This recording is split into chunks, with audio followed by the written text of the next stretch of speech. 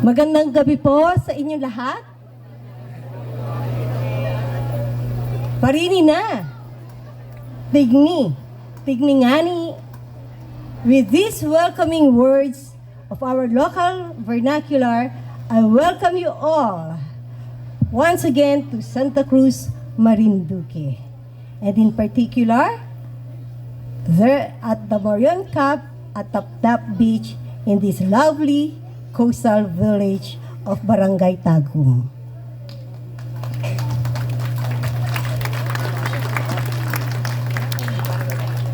My heartfelt gratitude, first of all, to the Department of Tourism, to our lovely Secretary, Honorable Dita Angara Matay, our Department of Tourism, Mimaropa Regional Director, Yusek Roberto Albato, the third, and Alabato, and Assistant Regional Director, Ms. Gladys A. Casia, who is here today, and the very hardworking and ever supportive team of DOT 4B.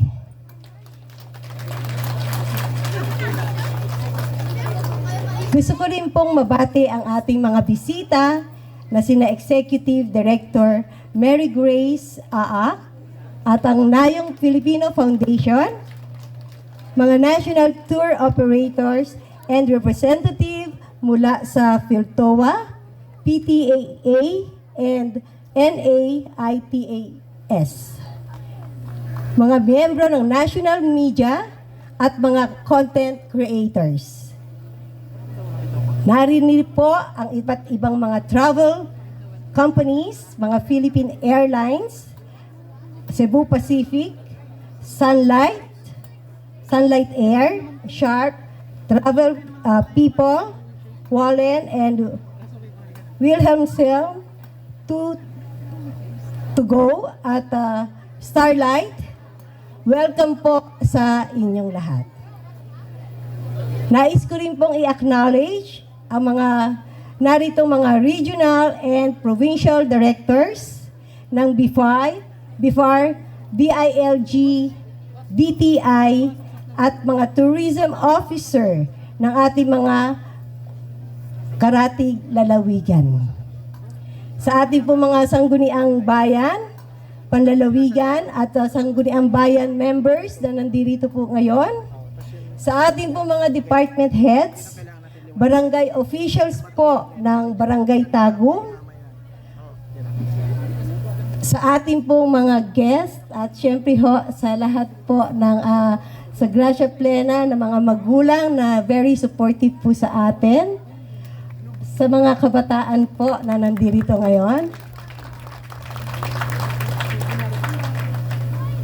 Maraming salamat po sa pagbuo at pagpapasagawa nitong napakagandang programa.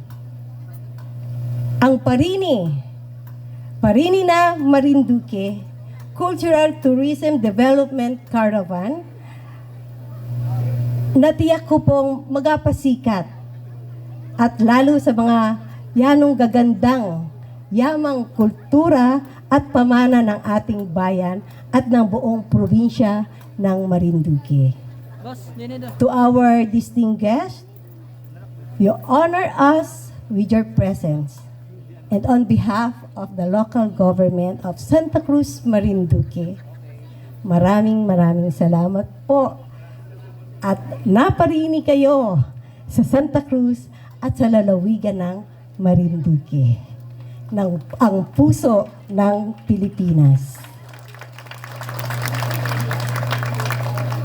I hope that your tour today from our town proper, Panuluyan Farm Stay, and now here at the Morion Camp gave you a glimpse, a taste, and a teaser of our culture and heritage, enough and sufficient to excite your senses and convince you to invite others to come rediscover Santa Cruz and Marinduque.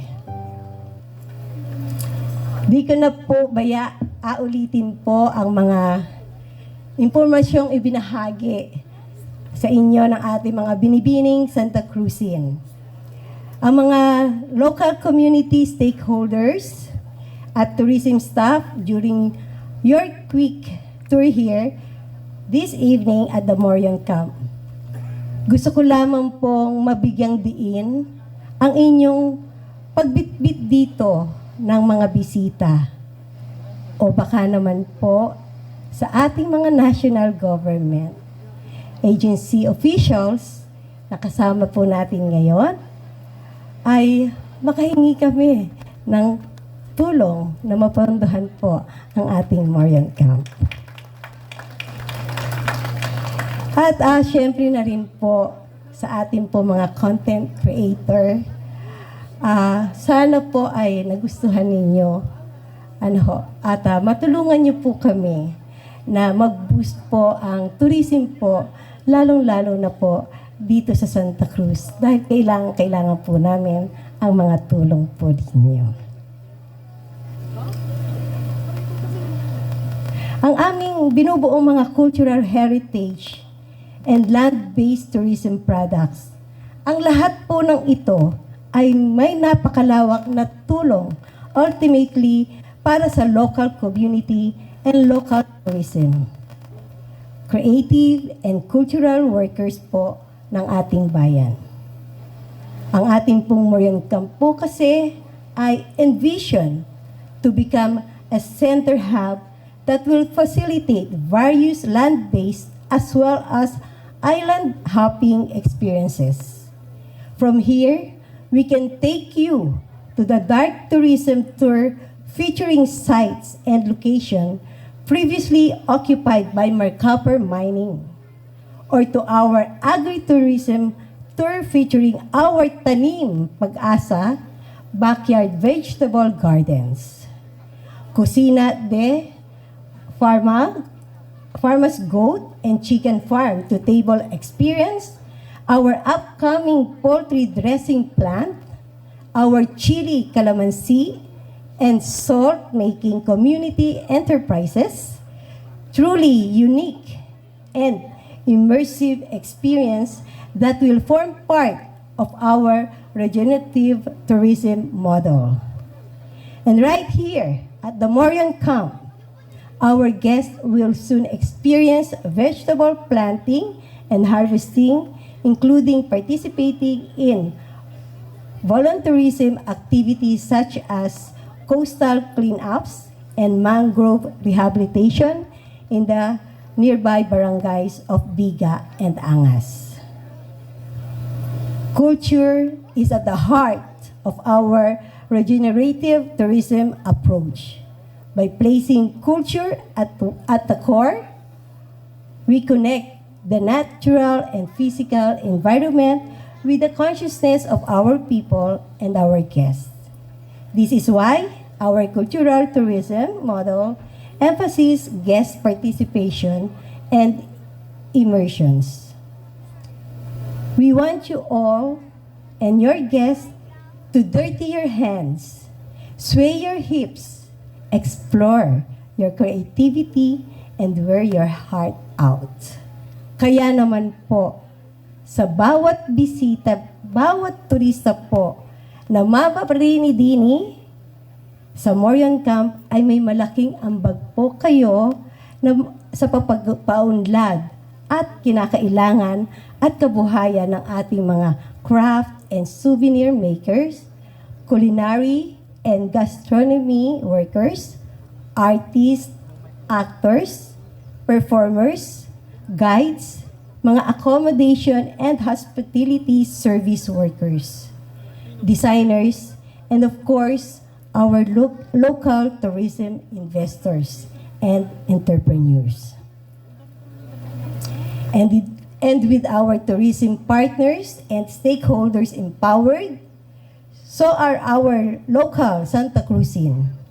Because each visitors we welcome here and in our town gives our local resident a sense of pride that for sure inspire them to cultivate their crafts, their talents, and their gifts, and in the process become better citizens, become more productive Santa Cruzin and Filipinos. Kaya po, thank you very much in advance to my fellow local government officials and workers. Let us stand up. Can we please stand up sa ating po mga local government officials, workers, and give our guests a round of applause for the future partnership and collaborations. Allow me as well to acknowledge the hard work of our tourism office, which has since October been preparing for this moment. To Mrs. Yolanda Elegado, our tourism officer designate, maraming salamat po sa masusi at matyagang pag-aasikaso di lamang ng ating Morion Camp, kundi kabuuan ng turismo ng ating bayan sa staff po ng Tourism Office. Thank you so much po. Asan si Ate Yoli? Maraming salamat po sa inyo lahat sa Tourism Department ko po. I would like to acknowledge din po our tourism consultant, Mr. R.R. Rene Reneses. Where are you? Kindly wave. Ayan po. Who has been since 2017 po, been coming back and forth here at Dapdap Beach and Barangay Tagum to assist in the development of Morion Camp and in pushing for culture and heritage to be recognized as a key asset and foundation of our tourism initiative. Ito na ang dream po natin, Sir R.R., for Morion Camp. Malapit na ho sa tulad nyo. To our engineering department, led by Engineer Peter Ray and his team,